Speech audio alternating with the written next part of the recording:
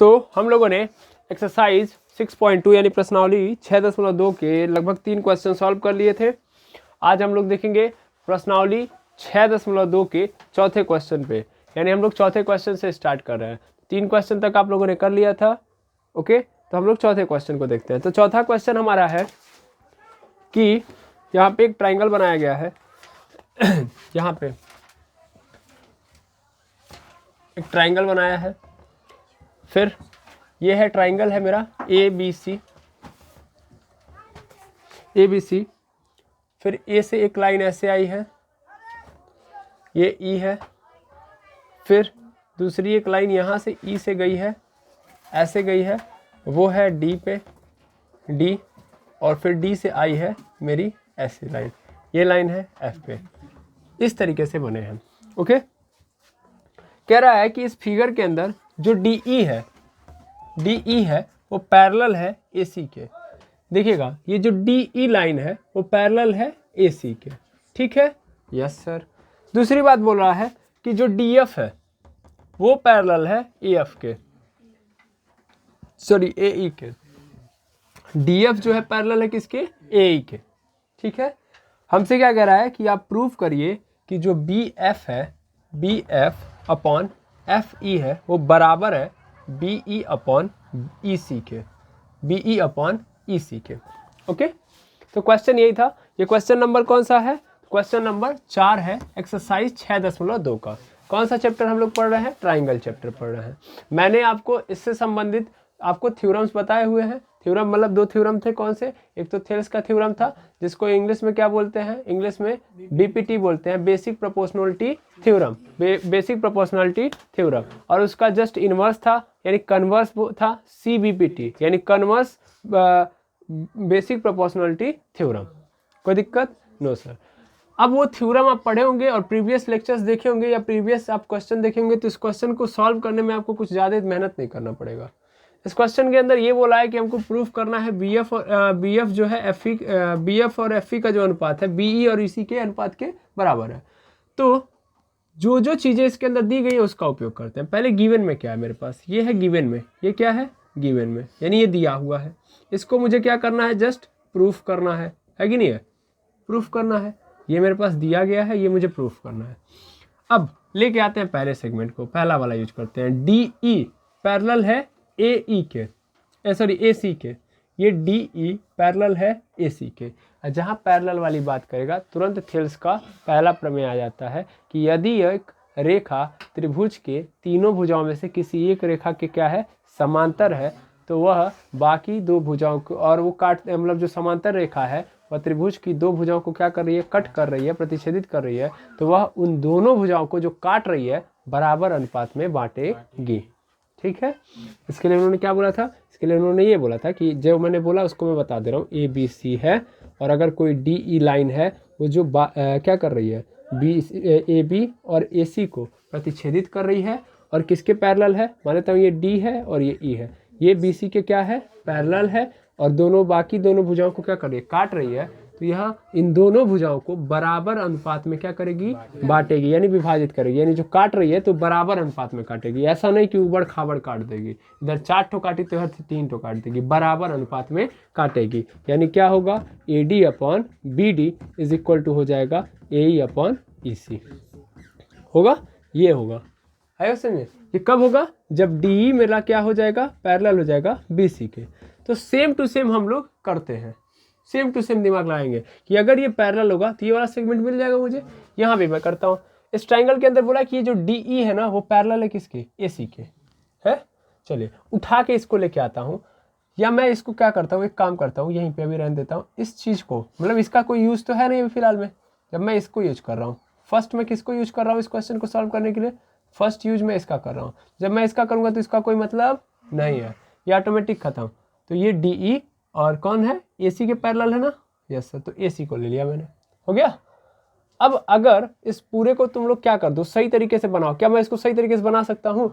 मैंने ट्राइंगल के क्वेश्चन में थ्योरम के अंदर आपको एक बात बताई थी कि हमेशा जब जब बोलेगा तो हम लोग ट्राइंगल को क्या करेंगे, आइसोलेट करके करेंगे। पहली बात बोला था कि अलग अलग करके करेंगे सॉल्व, और दूसरी बात जहाँ जरूरत पड़ेगी हम ट्राइंगल को सीधा कर लेंगे ताकि हम क्वेश्चन आसानी से कर पाए। यस आर नो, बोला था ना मैंने।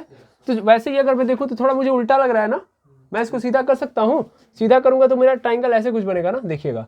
अगर मैं देखूँ तो ये ऐसे बन जाएगा, ये ऐसे ही तो जाएगा, ये देखिएगा बी ऊपर चला जाएगा।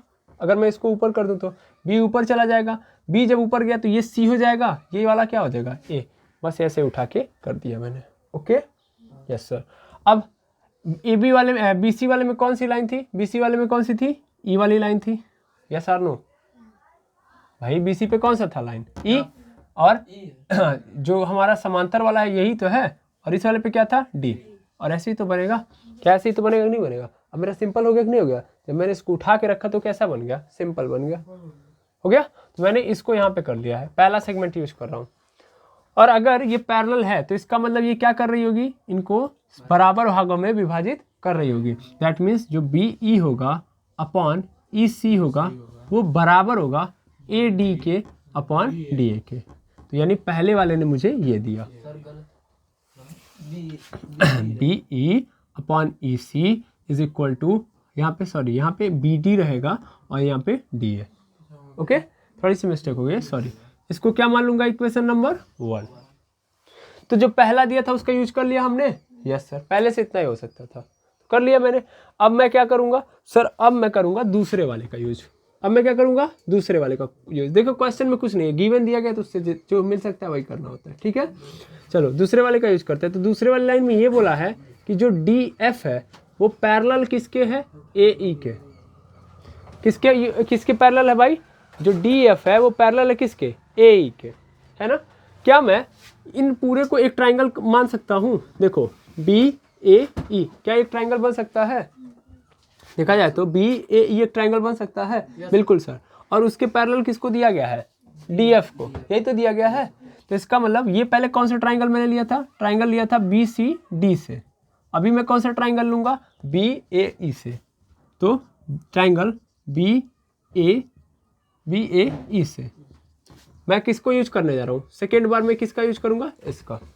इसको पलट के मैं लिखूंगा कि नहीं लिखूंगा, मैं आइसोलेट करके लिख रहा हूँ। तो इसका मतलब मैं ऐसे करूंगा, यहाँ भी बी ऊपर चला जाएगा, यस सर बी ऊपर चला जाएगा, बी ऊपर, ई इधर आ जाएगा भाई, ऐसे पलट के लेके आ रहा हूँ। और ए कहाँ चला आएगा, यहाँ पे आ गया। अब मुझे क्या करना है, इसकी ज़रूरत है, नहीं सर इसकी ज़रूरत नहीं है, इसकी ज़रूरत नहीं है, मिटा दो इसको, मिटा सकता हूँ, बिल्कुल सर। अब ये क्या दिख रहा है कि देखो ये वाला दिख रहा है कि नहीं दिख रहा है सेगमेंट। दैट मीन्स क्या होगा, अगर मैं इसको देखूं तो बी से लेके ए वाले में क्या सेगमेंट चल रहा है मेरा, ये डी वाला है, डी वाला है ना। और इधर कौन सा है, एफ वाला। इस चीज़ पे बड़ा ध्यान देंगे आप लोग, ओके। अब देखूंगा मैं तो ये बोला है कि ये वाला जो F D and D F है वो पैरेलल है किसके, ए ई के। तो इसका मतलब बराबर भागों में विभाजित करेगा। चूंकि D F is parallel to A E तो क्या होगा, ये बराबर भागों में अनुपात में विभाजित करेगा। यानी क्या होगा, B F upon F E is equal to क्या हो जाएगा, इज इक्वल टू हो जाएगा मेरा, क्या हो जाएगा, B D upon A D. होगा कि नहीं होगा, ये सर नो होगा। ये इक्वेशन नंबर 2। बोलिए कोई दिक्कत, नो सर, नो सर। अब कुछ करना ही नहीं, आपका दोनों आपको आंसर मिलने जा रहा है। देखिए समीकरण 1 में देखेंगे तो RHS और समीकरण 2 में देखेंगे RHS, क्या सेम है कि नहीं है सर। DA है यहाँ पे और यहाँ पे AD है, तो DA और AD का मतलब क्या हुआ भाई, एक ही तो है, इसका मतलब सेम है। तो अगर इसका मान ध्यान देंगे तो इसका मान अगर यहाँ पे ये है और इसका मान यहाँ पे ये है और दोनों सेम है, इसका मतलब ये दोनों आपस में बराबर होंगे तभी तो आए बस समझ में, हाँ या ना, ओके। इसका मतलब यह दोनों भी आपस में क्या होंगे, बराबर होंगे, क्योंकि RHS इनका क्या है, सेम है। तो अगर ऐसे समझ में आए तो ठीक, अदरवाइज आप ऐसे भी कर सकते हो कि हम लोग समीकरण 1 से B D upon D A का मान कहाँ रख देंगे, समीकरण 2 में।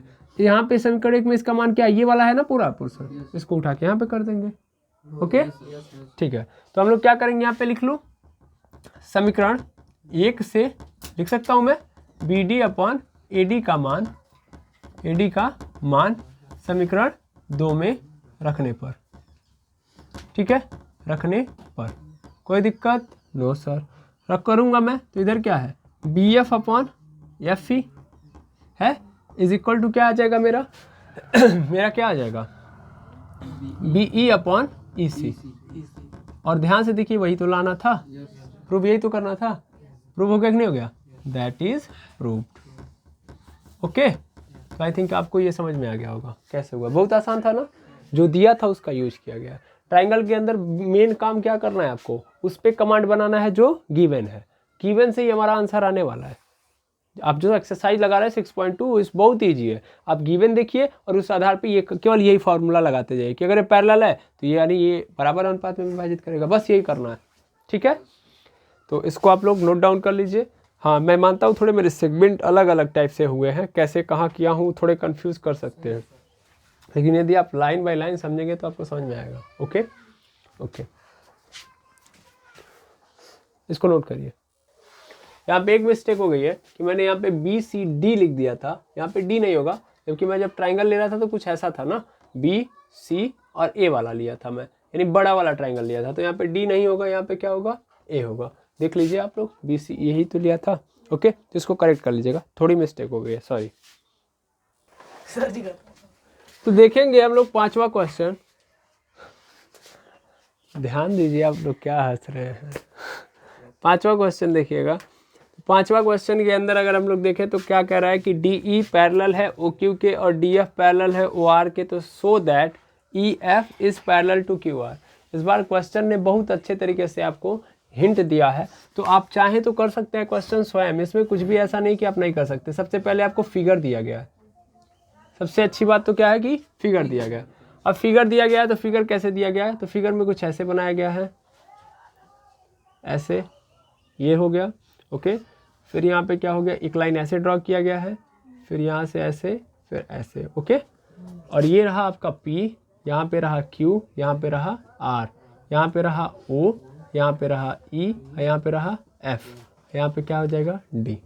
ओके, अब क्वेश्चन के अंदर क्या दे रहा है भाई, अच्छे से समझेंगे तो समझ में आएगा, अदरवाइज बैठ के आप क्या करिए, झुनझुना बजाइए।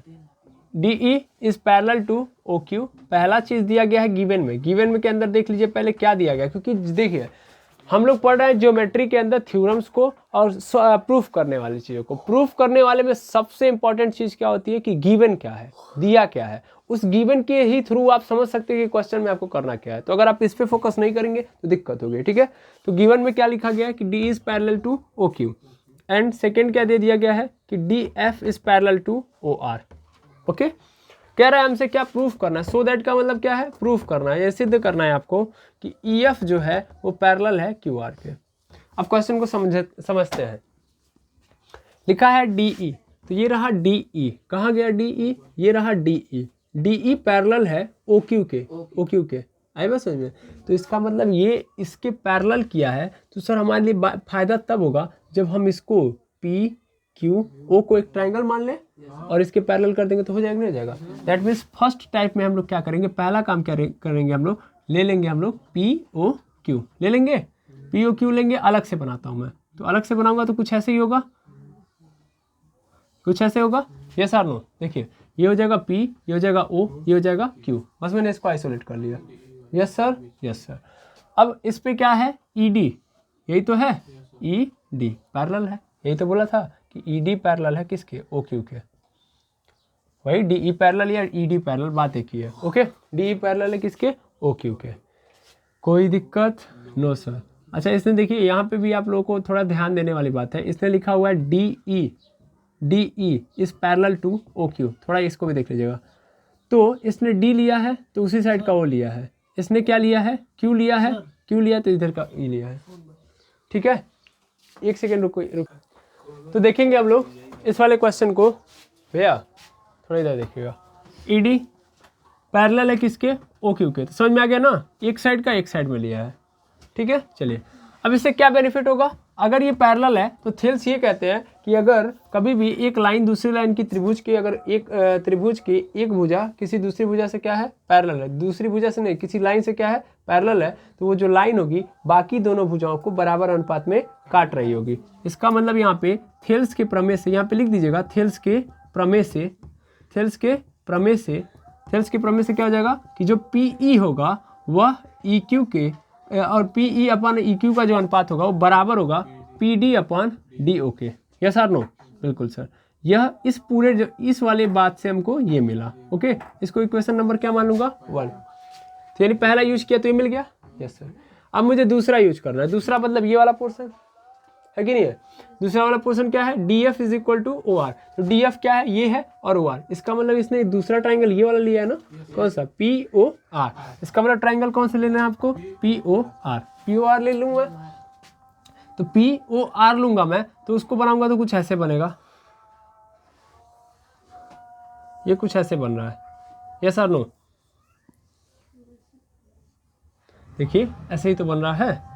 थोड़ा सा लाइन ऐसे है, मान लीजिए आप लोग जो कंफ्यूज हो रहे हैं, और इसने लाया है ऐसे और ऐसे कर दिया है, ठीक है, थोड़ा ऐसे चल रहा है, सिस्टम वही है, उसमें दिक्कत नहीं है, पी ओ आर, ठीक है। अब ध्यान देंगे इसमें जो डी एफ है, दैट मीन्स यहाँ पे डी एफ है, देखेंगे इधर क्या होगा एफ और इधर क्या होगा डी, वो किसके पैरेलल है, ओ आर के। देखिए तो सही बना है ना, डी के जगह पे ओ है और एफ के जगह पे आर, मतलब एफ आर वाले के समीप है, आर वाले के साइड में है, और डी ओ वाले के साइड है। तो यहाँ पे क्या लिखा गया है, D F is parallel to O R. तो इसका मतलब क्या होगा, एक ट्राइंगल के अंदर अगर दो भुजाएं, दो लाइन क्या है, मतलब एक लाइन एक भुजा के क्या है समांतर है, तो बाकी दोनों भुजाओं को क्या करेगी, बराबर अनुपात में काटेगी। किसके अनुसार बोल रहा हूँ मैं, थेल्स के प्रमेय से। इस चीज़ को लिखना बहुत जरूरी है कि थेल्स के प्रमेय से मैं बात बोल रहा हूँ। अगर मैं थेल्स के प्रमेय से ये बात बोल रहा हूँ, तो इसका मतलब क्या हो जाएगा, मेरा P D upon D O is equal to हो जाएगा मेरा, इज इक्वल टू क्या हो जाएगा मेरा, P F upon F are. होगा कि नहीं होगा, ये इक्वेशन नंबर 2 हो गया, यस सर। अब थोड़ा देखिएगा इक्वेशन 1 और इक्वेशन 2 में। इक्वेशन 1 के अंदर अगर मैं देखूँ तो P D upon D O है, और यहाँ इक्वेशन नंबर 2 में देखूँ तो P D upon D O है। क्या मैं यहाँ से P D upon D O की वैल्यू इसके अंदर डाल सकता हूँ, बिल्कुल सर डाल सकता हूँ मैं। यानी यहाँ पे मैं डाल दूंगा अगर, यानी क्या मैं लिखूंगा यहाँ पे कि समीकरण 2 से P D upon D O का मान समीकरण 1 में रखने पर, समीकरण 1 में रखने पर, तो रख दूं मैं, यस सर रख देता हूं मैं। तो P E upon E Q is equal to क्या हो जाएगा, इक्वल टू हो जाएगा मेरा P F upon F R. मिल गया, ये मिल गया, मुझे मिल गया। अब मुझे प्रूफ क्या करना है, मुझे प्रूफ करना है कि ई एफ जो है वह किसके पैरेलल है, क्यू आर के। तो ये रहा ई एफ और ये पैरेलल है किसके, क्यू आर के, यही प्रूफ करना है। तो बाकी चीज़ों का मुझसे लेना देना कुछ है नहीं। इसमें अब कौन सा ट्राइंगल ले रहा है, पी क्यू आर, यही तो ले रहा है। तो इस सब को क्या कर दो, अभी फिलहाल के लिए बिटा दो और लिखो पी क्यू आर से। इन सब से कुछ भी लेना देना नहीं है, अब मेरे लिए है। अब मान लो कह रहा है इसको प्रूफ करो कि ये वाला लाइन इसके क्या है, पैरेलल है। अब थेल्स का प्रमेय देखा जाए तो थेल्स के 2 प्रमेय हैं, एक तो थेल्स का कथन है और फिर उसका व्युत्क्रम है। प्रमेय ये कह रहा था कि अगर ये लाइन इसके पैरेलल है, अगर पैरेलल है तो ये वाली लाइन इनको बराबर अनुपात में काटती है। लेकिन दूसरी वाली बात ये कहता है थेल्स का व्युत्क्रम, और उल्टा ही बोलता है कि अगर ये मतलब ये वाली लाइन इनको बराबर में काट रही है, बराबर अनुपात में काट रही है, तो इसका मतलब ये वाली लाइन क्या होगी, इसके पैरेलल होगी, है कि नहीं है। अब मैं अगर देखूं तो मेरे पास आया है P E upon E Q, P E upon E Q, यही तो होता है जो मुझे मिला है। जब मैं यहाँ पे रखा हूँ तो ये मिला है कि नहीं मिला है। यहाँ से ये पता चल रहा है कि ये वाली लाइन यानी इस भुजा का जो अनुपात है, और P F upon F are, P F upon F are यानी इस भुजा का जो अनुपात है वो आपस में क्या है, बराबर है। और अगर ये आपस में बराबर है तो इसका 100% मतलब थेल्स का व्युत्क्रम से क्या है कि ये वाली लाइन इसके क्या होगी, पैरेलल। अगर ये इसके पैरेलल नहीं होती तो बराबर अनुपात में नहीं काटती। तो इसका मतलब इसलिए थेल्स के कौन से प्रमेय से, व्युत्क्रम प्रमेय से, व्युत्क्रम प्रमेय से, या आप लोग ये याद रख लीजिएगा CBPT से, CBPT से ये जो लाइन होगी, ये वाली लाइन और ये वाली लाइन आपस में क्या होंगी, पैरेलल होगी। यानी EF जो है पैरेलल होगा QR के। और ये मेरा क्या हो गया, ये मेरा क्या हो गया, प्रूफ। यही तो मुझे प्रूफ करना था, तो दैट इज प्रूफ्ड। ये मुझे लाना था, आ गया मेरा आंसर। ओके, किसी को कोई दिक्कत आ गया, चलिए thank you very much.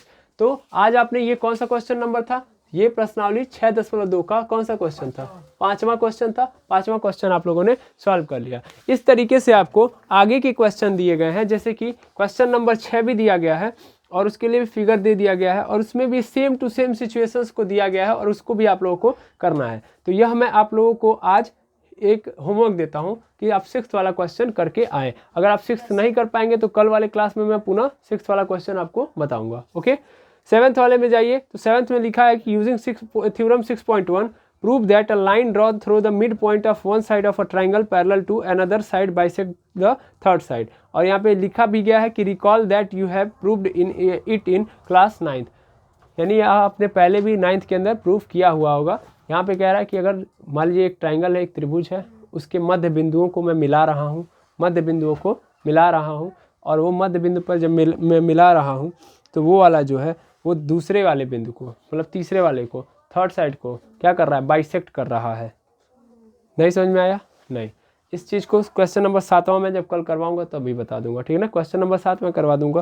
Question number 8 में यदि मैं आऊँ तो यहाँ भी यही दिया गया है। तो क्वेश्चन नंबर 7, क्वेश्चन नंबर 8 आप मेरे कहने पे छोड़ दिए, मैं बता देता हूँ। आप लोग 9वां और 10वां करेंगे। 9वां और 10वां क्या है, इसमें आसान है, क्योंकि इसके अंदर आपको एक ट्रेपेजियम लेना है, यानी समलंबाकार लेना है, और उसके अंदर उसको क्या करना है, उसके अंदर ए बी जो है पैरेलल होता है, मतलब एक साइड क्या होती है दूसरे की क्या होती है, पैरेलल होती है, ठीक है ना, ध्यान देंगे। और इसका डायगोनल एक दूसरे को क्या कर रहा है, ओ पॉइंट पे इंटरसेक्ट कर रहा है, यानी दोनों का डायगोनल यानी किनारे किनारे से जब निकालेंगे कोने कोने से तो आके ओ पॉइंट पे क्या कर रहा है, मिल रहा है। तो कह रहा है कि आपसे AO upon BO is equal to CO upon DO आपको प्रूफ करना है। आप अगर एक बार ट्राई करेंगे तो आसानी से आ जाएगा। और सेम टू सेम यहाँ पे क्या है, 10वां है, यहाँ पे आपको ट्रेपेजियम के जगह पे क्या लेना है, क्वाड्रिलेटरल लेना है, ठीक है, कोई दिक्कत? तो मैं कल देखूंगा और कल ये एक्सरसाइज 6.2 क्या हो जाएगा, कंप्लीट। तो 2 क्वेश्चन करिएगा, और अदरवाइज नहीं आएगा तो फिर मैं कल बताऊंगा। Thank you very much.